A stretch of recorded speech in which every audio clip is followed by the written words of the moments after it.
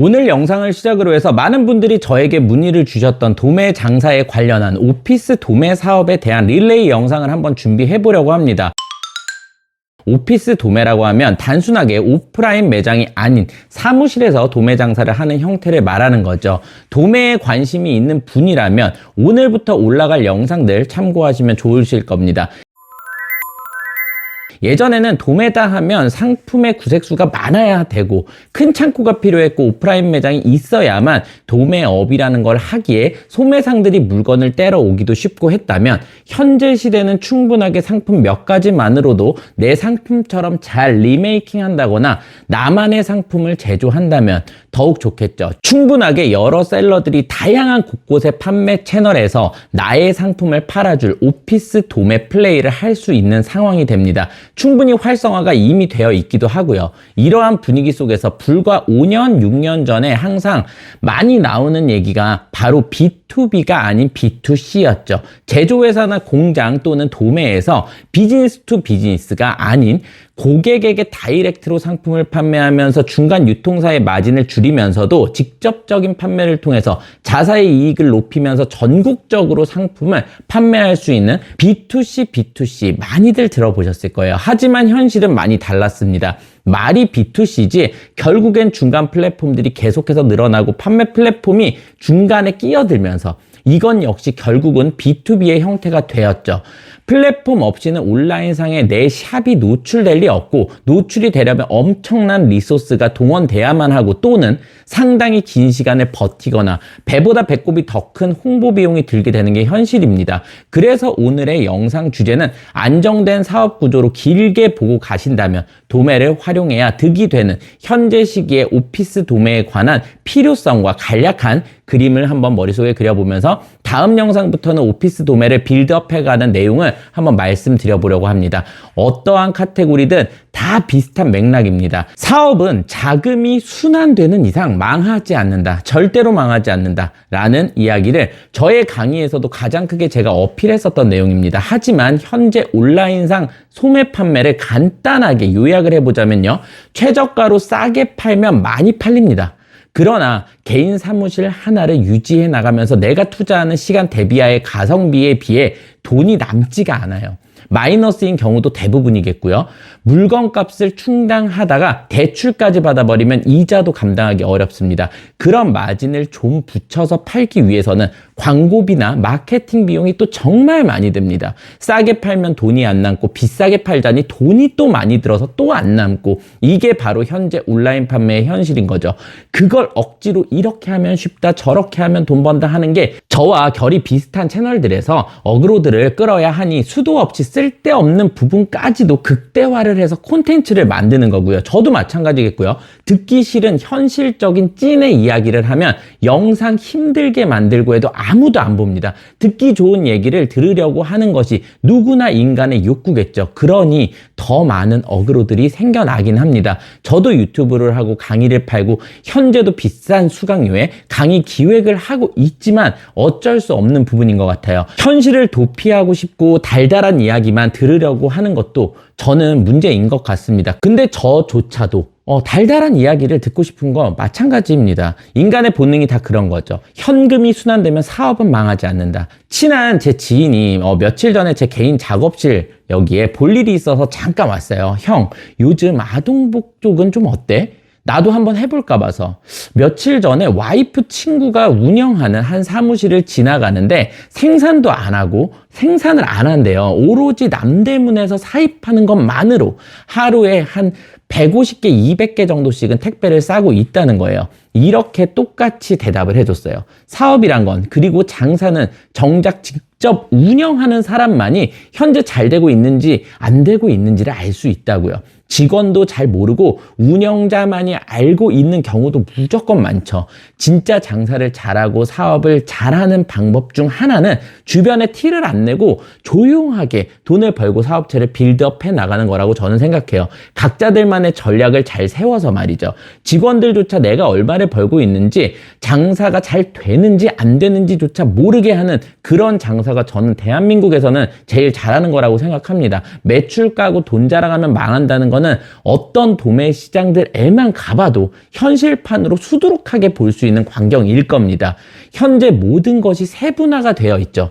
현재 모든 것이 세분화가 되어 있는 나노 시대라고 하잖아요. 제 지인인 동생에게 저도 저만의 공식을 간단하게 대답을 해줬어요. 몇 개를 판매하냐 보다는 그래서 매출이 얼마냐, 이거보다는 이기 전에 순이익이 얼마냐가 장사에서는 가장 중요한 거겠죠. 물론 법인 사업체의 경우에는 매출의 빵을 키우기 위해서 조금 다르게 접근 방식으로 전략을 세우기는 하지만 일반적으로 1인 사업자나 상품을 팔아 이익을 남기는 장사의 기준으로 말씀을 드린다면 매출액은 전혀 상관이 없고 당연한 얘기겠지만 순이익이 남아야 돈을 버는 거죠. 그런데 동생의 말의 포인트에서는 남대문 사입만으로, 남대문에서만 사입하는 것만으로 여기가 중요한 거였어요. 남들이 다 팔 수 있는 상품을 많이 팔아 돈을 버는 구조는 저는 두 가지밖에 없다라고 생각해요. 첫 번째로는 저마진으로 최저가 베이스의 장사, 즉 남들보다 내가 제일 싸게 팔아서 많이 파는 것. 두 번째로는 마진을 높여서 많이 판매하는 것. 이 두 가지로 나눠봤을 때 첫 번째로 내가 제일 싸게 팔아 최저가 베이스로 많이 파는 것은 결국 한계가 있다라는 거죠. 멀리 봤을 때 한계가 있습니다. 예를 들어 수수료를 떼어가지 않는 자사몰의 기준이라고 한다면 10,000원짜리 상품을 가격으로 경쟁력을 내가 준다면 한 20% 정도 12,000원에 판다라고 2,000원 수익에 뭐 카드 수수료나 판매 수수료 다 합쳐서 대략 700원 빠지고 뭐 부가세 200원 빠지고 포장지도 한 뭐 100원 빼도 1,000원 남겠죠. 이 정도 마진도 없이 온라인 사업을 하는 회사들도 일단 정말 많습니다. 2%, 3% 마진 베이스인 곳도 수두룩합니다. 절대 탑 플랫폼에는 들어갈 수 없으니 돈 하나도 안 들이고 직원도 그리고 외부 용역도 안 쓰고 혼자서 다 상세 페이지부터 모든 걸 마케팅까지 해서 하루에 꾸준하게 200개를 판다고 하면 월 매출은 한 달 30일 기준으로 해서 7,200만 원이 찍히지만 순이익은 7,200만 원 중에서 600만 원 정도밖에 남지 않게 되는 거죠. 내 인건비까지 계산을 하면 하루에 200개씩 내가 혼자서 다 포장해서 마케팅까지 하면서 배송을 꾸준하게 내보낼 수 있다라는 가정하에 인건비 빼면 남는 거 하나도 없습니다. 물론 웬만한 상품으로 혼자서 한 달에 6,000개를 판매하는 게 거의 불가능할 거예요. 잠깐 된다고 해도 지속은 절대 또 안 됩니다.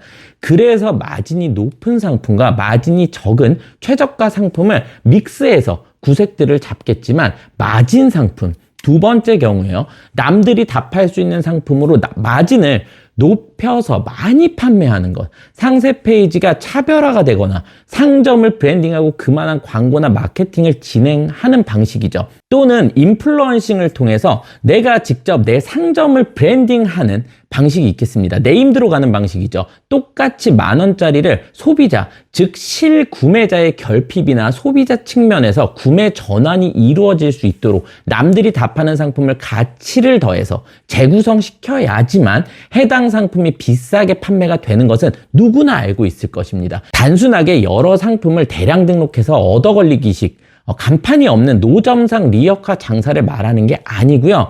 그런 사업은 오래 못 가고 저는 절대로 추천하지 않습니다. 눈 가리고 아웅하는 사업은 내 사업에 잠깐 활용만 잠깐 하는 미세한 스킬적인 부분입니다. 필요는 합니다. 하지만 대량 등록을 큰 비중으로 가져간다면 평생 성장 못하고 막힐 거예요. 결국 어느 순간에 점핑을 해야 하는 순간에서는 제조든 사입의 리메이크든 사람을 모으는 외부 유입이든 필요한 거죠.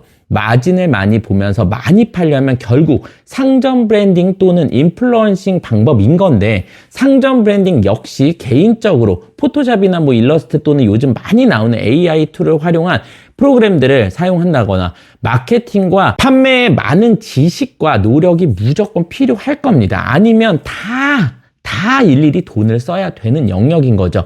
인플루언싱 마찬가지로 누구나 다는 할 수 없고 어느 정도 콘텐츠의 센스 감각이 필요하고 수도 없는 서칭 능력이 필요하며 내 것으로 그것을 녹여내야 하는 능력도 물론 필요하겠죠. 관찰이 굉장히 중요하겠죠.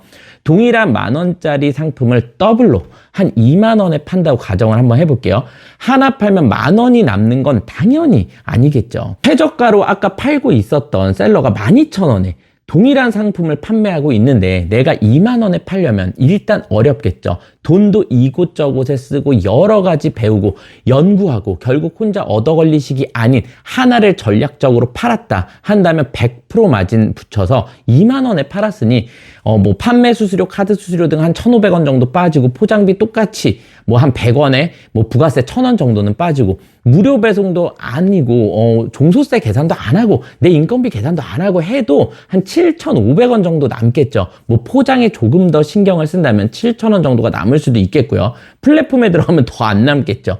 그래서 일에 200개씩을 꾸준하게 판다면 공급사에서 문제없이 해당 전수량을 주문의 전수량을 모두 맞춰준다고 가정을 했을 때 하루에 순이익 140만 원, 한 달이면 한 4,200만 원을 벌겠죠. 근데 이건 정말 마케팅을 너무나 잘하고 판매를 너무나 잘하는 사람도 현실적으로 어렵고 결국 장사가 지속이 안 되겠죠. 똑같은 상품인데 아무리 상세 페이지 경쟁력이 있다고 한들 아무리 상세 페이지 경쟁력이 있고 소비자는 바보도 아닙니다. 결국 똑같은 상품인 거 다 알게 되고 결국 그 샵에서 다 빠져나가게 됩니다. 사진 차별화가 되어 있어도 사실 마찬가지겠죠. 고객이 살 때만 모르는 것뿐이지 결국 멀리서 보면 사업을 오래 하신 분들은 다 아실 거예요.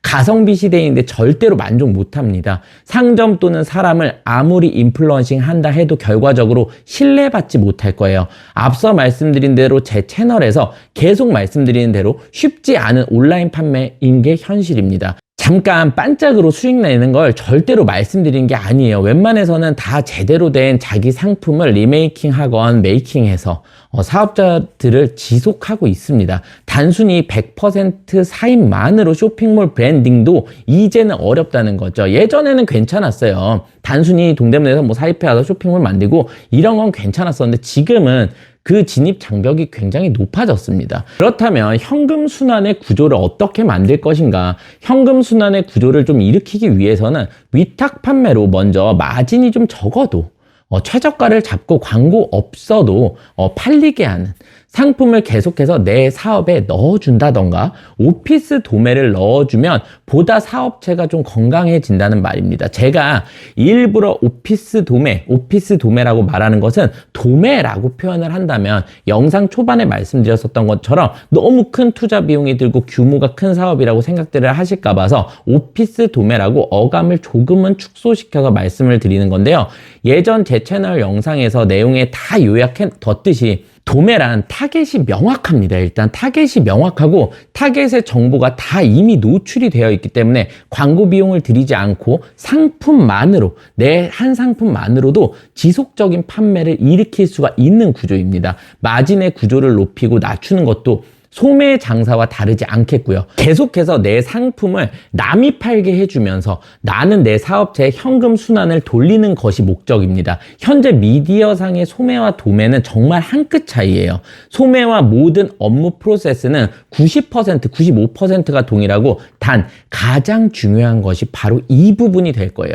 소매업은 직접 상품을 구입하는 직접 구매자가 나의 타겟이라면 도매업은 소매상, 즉 셀러들이 타겟입니다. 이 부분이 핵심 내용이자 도매 사업의 전부일 거예요. 왜 작게라도 내 한 상품이라도 메이킹을 해서 도매도 내 사업체의 믹스를 좀 해서 진행하면 좋은지의 오피스 도매의 필요성을 일단 말씀을 드렸다면 다음 오피스 도매 형태의 종류와 방향성에 대해서 다음 영상에서 한번 말씀드리도록 하겠습니다.